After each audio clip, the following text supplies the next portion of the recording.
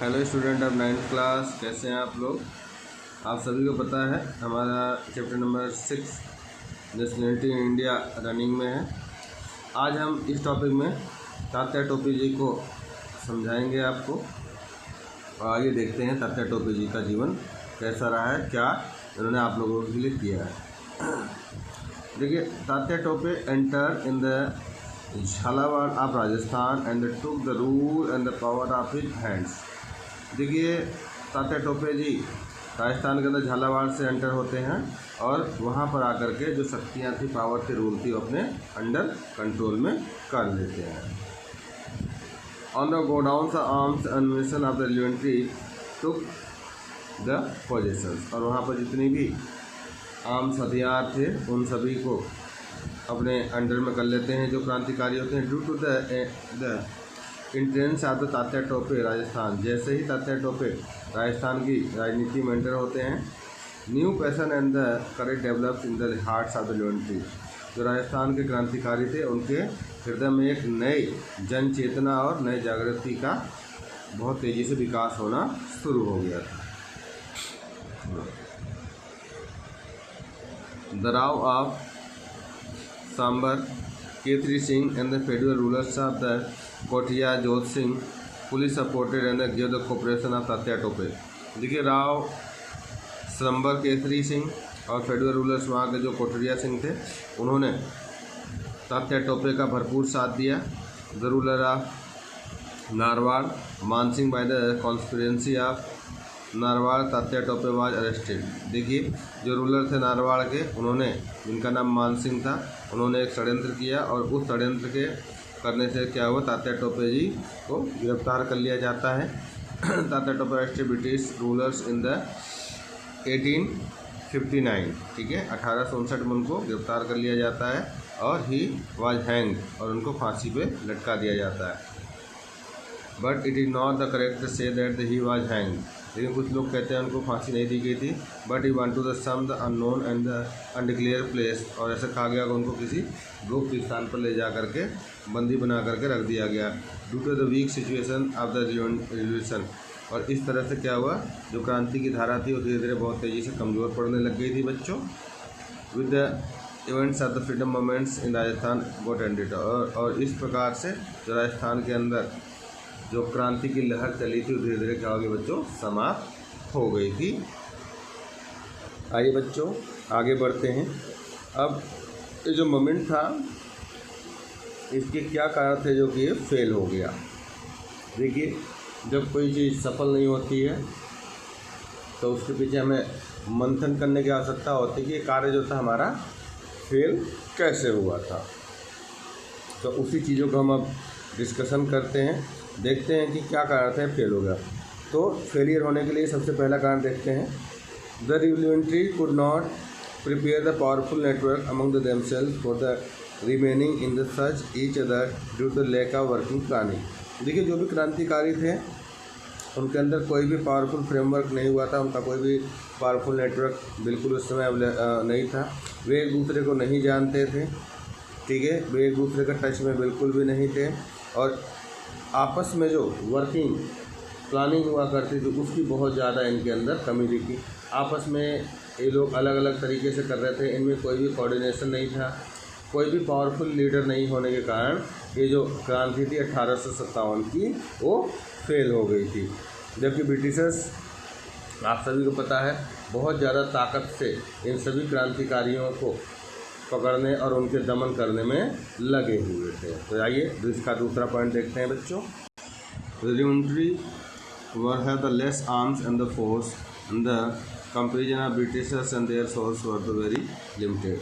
अगर आप दूसरी तरफ देखें, जो हमारे क्रांतिकारी थे उनके पास हथियारों की बहुत ज़्यादा कमी थी, और जो ब्रिटिशर्स थे उनके पास बहुत अधिक मात्रा में आर्म्स और हथियार होते थे, और हमारे क्रांतिकारियों के पास जो सोर्सेज था बिल्कुल लिमिटेड था। Third reason, the local province did not provide the cooperation of country. जो लोकल रूलर्स थे, लोकल स्टेट थे, उन्होंने क्रांतिकारियों का साथ नहीं दिया for the fighting against the British rulers, ठीक है, वे अलग अलग तरीके से ब्रिटिश रूलर्स से लड़ते रहे थे। नेक्स्ट पॉइंट, फोर्थ वाला देखिए।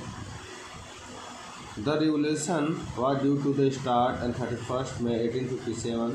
आप सभी जानते हैं ये जो क्रांति थी 1857 में इसकी शुरुआत हुई।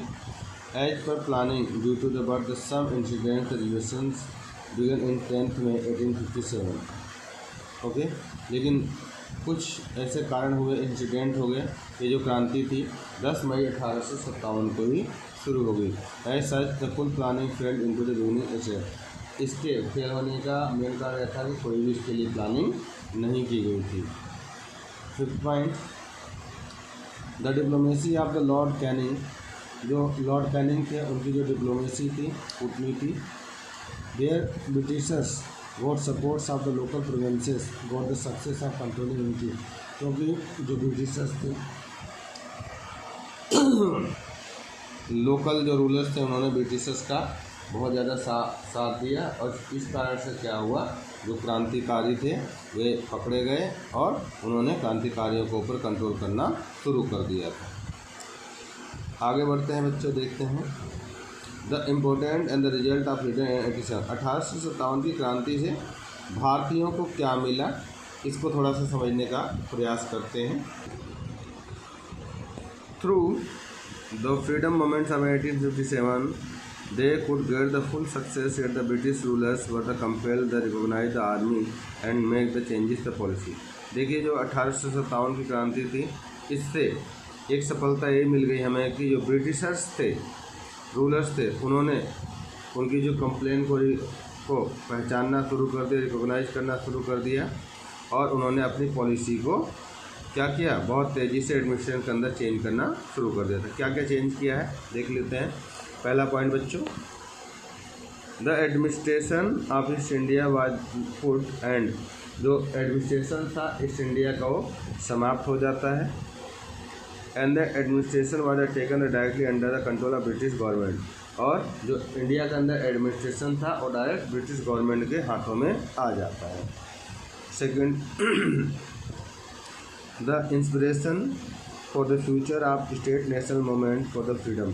देखिए इससे क्या हो गया, एक भविष्य के लिए एक खाका तैयार हुआ कि लोग नेशनल मूवमेंट से बढ़ चढ़ करके भाग लेंगे अपनी आज़ादी के लिए। He was receive from the movements 1857 of liberty.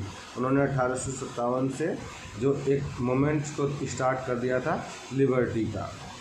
Third point, the local provinces which were the under the British government policy were the change for the administration then the constituency.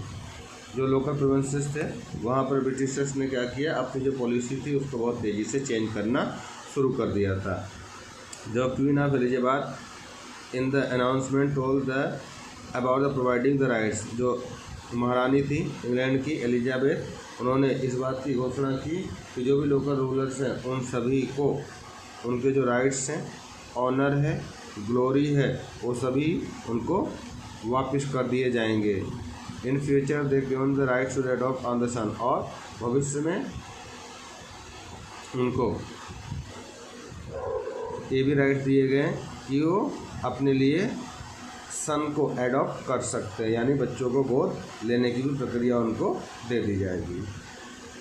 The British government understand fact that the Hindu Muslim will be the fight peacefully. उन्होंने जो Britishers थे उन्होंने समझ लिया था, समझ गए थे कि जो हिंदू और मुस्लिम है वे शांतिपूर्वक एक साथ रहना चाहते हैं। Then there the government will have to quit India soon. और इसके बाद ही भारत ने क्या किया, बहुत जल्दी ही भारत छोड़ो आंदोलन की शुरुआत कर दी थी। So they applied the policy divide and rules. और इसलिए अंग्रेज़ों ने एक रूल अपनाया, डिवाइड एंड रूल। हिंदू और मुस्लिम को आपस में लड़ा देते थे और अपना काम निकाल लेते थे। पांचवा पॉइंट अभी देखते हैं बच्चों। After this relation British recognise their military. इस रिलेशन के बाद ब्रिटिशर्स ने अपनी आर्मी को पहचानना शुरू कर दिया। The number of Britishers army was increase in the artillery mark under the control of Indian military. इसके बाद बहुत सारे ब्रिटिशर्स आर्मी की स्थापना की गई, तो खानों की आवश्यकता हुई जिसको उन्होंने किसके कंट्रोल में रखा, भारतीयों के कंट्रोल में। Through the Britishers of strength of the military and the diplomatic power. क्योंकि उनको पता था जितनी ज़्यादा मिलिट्री पावर उसके पास होगी वो उतनी कूटनीतिक तरीके से भारतीयों पे अपना दबाव बना सकते हैं। Power suppress of the first national movement of freedom, और इस प्रकार से जो भारतीय थे उनको पहले नेशनल मूवमेंट में बहुत ज़्यादा सफलता तो नहीं मिली, but the moments prove the fact also, लेकिन इस मोमेंट्स ने इस बात की घोषणा कर दी कि भारतीय बहुत जल्दी अपने आप को आज़ाद कराने में लग जाएंगे। That the Indians are organise the become the well plan to start the freedom, उनको पता था कि भारतीय एक बार फिर से ऑर्गेनाइज होंगे और अपनी आज़ादी के लिए दोबारा से पुनः प्रयास करेंगे। The British also ready the fact of Indians will get the British, जो ब्रिटिशर्स थे उनके माइंड में चल रहा था कि भारत बहुत जल्दी एकता के सूत्र में बनने वाला है। दे में become the danger for them, उनको पता था अगर भारतीय एक साथ हो गए तो उनके लिए बहुत ज़्यादा खतरे की घंटी का काम करेगी। So they followed the appeal of policy of divide rule, तो इसीलिए ब्रिटिशर्स ने क्या किया, अपने यहाँ पे जो डिवाइड एंड रूल्स की पॉलिसी थी उसको बहुत तेज़ी से लागू करना शुरू कर दिया था। For the safety for their government, तो उनको पता था यही एक ऐसा साधन है जिससे कि वो अपने गवर्नमेंट को सुरक्षित कर सकते हैं। तो ओके बच्चों, ये चैप्टर नंबर 6 आज आपका कंप्लीट हो गया है। कल आपके इसके क्वेश्चन आंसर मिल जाएंगे। ठीक है, चलिए ओके बाय बच्चों।